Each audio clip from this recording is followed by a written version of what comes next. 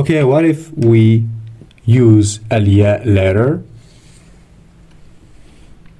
then الراء, then السين, then الميم?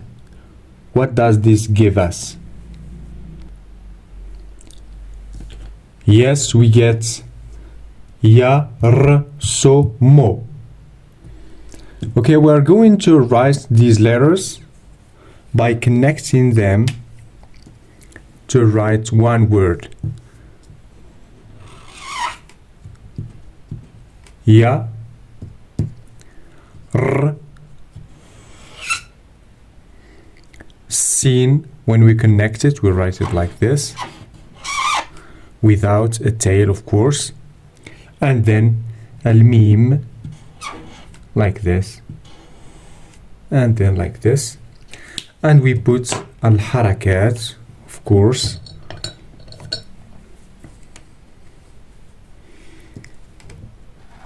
ya,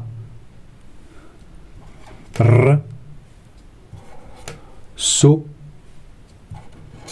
mo, yarsumu, yarsumu, yarsumu in English is to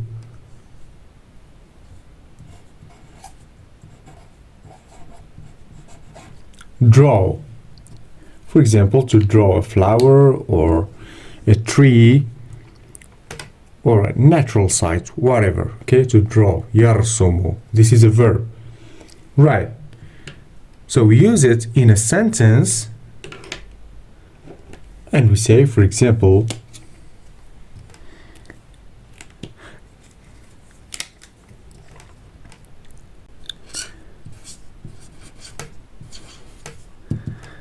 يرسم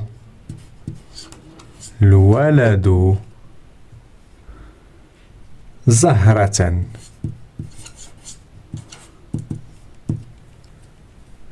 يرسم الولد زهرة. Good. We try to translate together the sentence. So, of course, in English, we start with the subject and then the verb. The boy.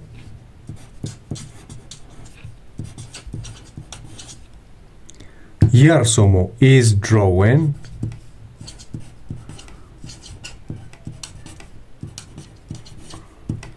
زهرة, a flower.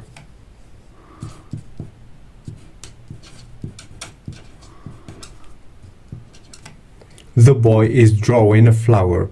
يرسم الولد زهرة. Of course, in Arabic, we start with the verb before the subject, right? So don't forget this.